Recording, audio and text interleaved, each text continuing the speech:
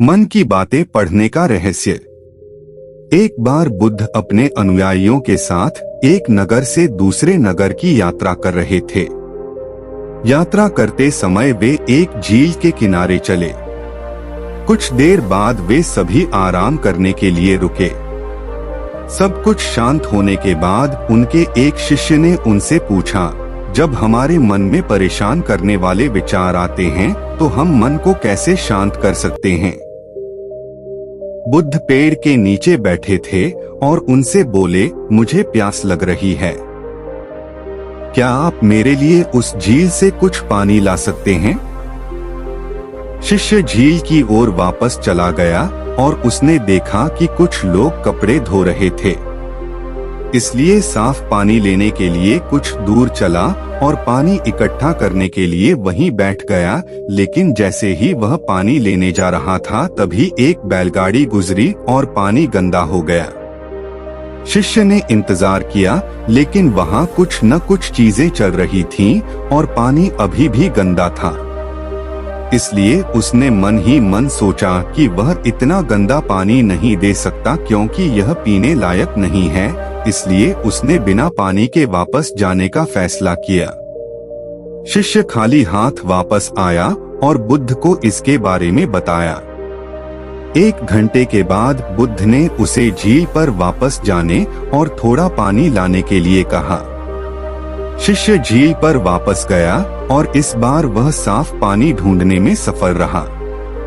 उसने बर्तन में पानी भरा और वापस बुद्ध के पास लाया। शिष्य ने बुद्ध को पानी दिया और कहा, पिछली बार जब मैं गया था तो पानी में बहुत कीचड़ था लेकिन अब झील की सतह पर पानी साफ है। कैसे? बुद्ध ने उत्तर दिया, जब आप पिछली बार गए थे तो कीचड़ अस्तव्यस्त था और वह सतह पर पानी के साथ मिल गया था और पानी पीने के लिए अयोग्य हो गया था। लेकिन जब आप 1 घंटे के बाद गए तो कीचड़ अपने आप बैठ गया और आपको साफ पानी मिला जो पीने के लिए उपयुक्त था पीना। आपका मन भी ऐसा ही है, जब वह अशांत हो तो उसे कुछ समय दें और वह अपने आप ठीक हो जाएगा। आपको इसे शांत करने के लिए प्रयास नहीं करना पड़ेगा और समय के साथ आपका मन सहजता से शांत हो जाएगा। इस कहानी को अक्सर बुद्ध के जीवन से जोड़ा जाता है और यह दूसरों के विचारों और इरादों को समझने की उनकी क्षमता को दर्शाती है।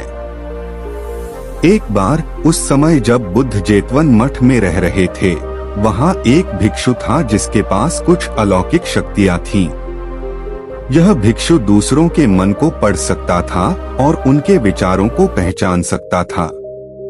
एक अन्य भिक्षु जिज्ञासावश और शायद संदेह की भावना से अलौकिक शक्तियों वाले भिक्षु के पास आया और कहा, मैंने सुना है कि आप दिमाग पढ़ सकते हैं। क्या आप अभी मेरा दिमाग पढ़ सकते हैं? अलौकिक शक्तियों वाले भिक्षु ने उत्तर दिया, निश्चित रूप से मैं ऐसा कर सकता हूँ।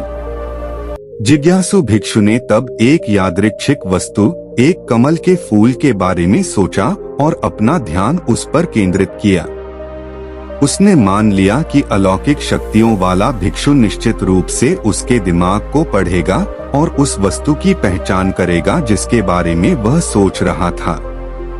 लेकिन उन्हें आश्चर्य हुआ जब अलौकिक शक्तियों वाले भिक्षु ने कहा, आप कमल के फूल के बारे में सोच रहे हैं। जिज्ञासु भिक्षु चकित रह गया और बोला, हाँ, यह सही है। आप वास्तव में मन को पढ़ने की क्षमता रखते हैं। अलौकिक शक्तियों वाले भिक्षु ने मुस्कुराते हुए समझाया, ऐसा नहीं है कि मेरे पास सभी दिमागों को अंधाधुंध पढ़ने की शक्ति है, बल्कि मैंने दूसरों के इरादों और विचारों को तब समझने की क्षमता विकसित की है जब वे शुद्ध और केंद्रित होते हैं। जब आपका दिमाग पूरी तरह से होता है कमल के फूल के विचार में डूबा हुआ, मैं इसे स्पष्ट रूप से देख सकता था। बौद्ध परंपरा की यह कहानी मानसिक शुद्धता और ध्यान के महत्व को रेखांकित करती है। इससे पता चलता है कि स्पष्ट और केंद्रित विचारों को उन्नत आध्यात्मिक क्षमताओं वाले लोग ही समझ सकते हैं। हालांकि इस कहानी को रूपक माना जा सकता है, यह बौद्ध धर्म के अभ्यास में सचेतनता, एकाग्रता और आंतरिक गुणों के विकास के मूल्य को बताती है। हम सभी जानते हैं कि व्यक्ति का मन बहुत चंचल होता है। यही कारण है कि मन अशांत रहता है और कई तरह के सवालों का जन्म भी अशांत मन के कारण ही होता है। यदि आप जीवन में शांति चाहते हैं तो इसके लिए जरूरी है मन को शांत करना। लेकिन मन को शांत कैसे किया जाए? गौतम बुद्ध से जुड़ी इस कहानी के माध्यम से आप जान सकते हैं कि मन को शांत करने का क्या तरीका है। इसमें भगवान गौतम बुद्ध द्वारा मन को शांत करने के आयामों के बारे में बताया गया है। जानते हैं इस कहानी के बारे में, जिससे आपका जीवन बदल जाएगा। मन को शांत करने की कहानी। एक बार एक लड़का गौतम बुद्ध के पास जाकर कहता है, मेरे जीवन में बहुत अशांति है, कृपा करके आप मेरा मार्गदर्शन कीजिए जिससे कि मैं इस अशांति से छुटकारा पा सकूं। गौतम बुद्ध लड़के से जीवन की अशांति का कारण पूछते हैं। लड़का उत्तर देता है, अत्यधिक विचारों के कारण मेरे भीतर बहुत सारे विचार आते हैं जिससे मेरा मन अशांत रहता है। बुद्ध मुस्कुराते हुए कहते हैं, ऊपर आकाश की ओर देखो और बताओ कि तुम्हें सूर्य दिख रहा है। लड़का ऊपर देखता है और कहता है, धूप दिख रहा है। बुद्ध उससे पूछते हैं कि अगर तुम लगातार धूप में खड़े रहोगे तब क्या होगा? वह कहता है, मुझे अत्यधिक गर्मी लगेगी और शरीर में बेचैनी होगी। बुद्ध लड़के से कहते हैं कि अगर धूप में खड़े रहने से तुम्हें गर्मी लगती है तो इसमें दोष किसका है, सूर्य के ताप का या तुम्हारा? लड़का कुछ सोचने के बाद कहता है, इसका जवाब आप भी बताइए। बुद्ध कहते हैं, सूर्य का काम है ताप देना और ताप का काम है गर्मी लगना। ऐसे में तो दोष तुम्हारा ही है कि तुम धूप में जाकर खड़े हुए जिससे कि तुम्हें गर्मी लगी। तुम्हें अगर शीतलता चाहिए तो तुम्हें छांव में रहना होगा। ठीक इसी तरह चंचल मन का भी स्वभाव होता है विचारों और भावनाओं को जागृत करना। विचार क्षण भर के लिए होते हैं, लेकिन विचार से पैदा हुई भावनाएं देर तक टिकी रहती है। लेकिन यह तुम्हें निर्णय लेना है कि तुम्हें विचार और भावनाओं के साथ चलना है या अलग दिशा बनानी है। कैसे करें मन को शांत? बुद्ध कहते हैं, मन को शांत करने के लिए तन के आयाम पर काम करना सबसे आसान तरीका है। शरीर के स्तर पर हमारी कर्मेंद्रियां और ज्ञानेंद्रियां है।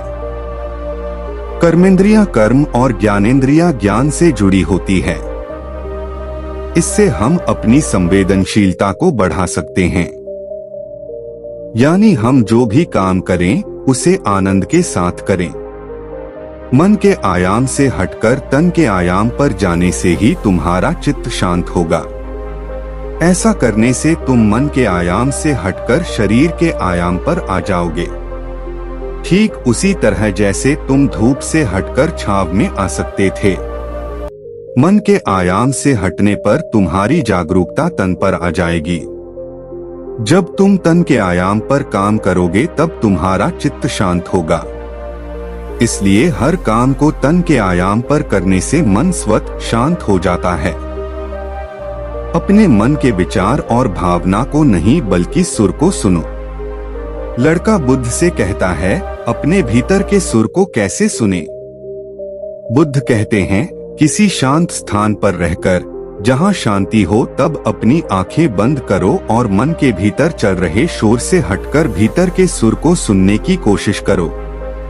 सुर निरंतर चलता रहता है, लेकिन बाहर के शोर के कारण तुम अपने मन के भीतर चल रहे सुर को नहीं सुन पाते हो। जब तुम अपने दोनों कानों को अपने हाथों से बंद कर दोगे तभी मन के सुर को सुन पाओगे।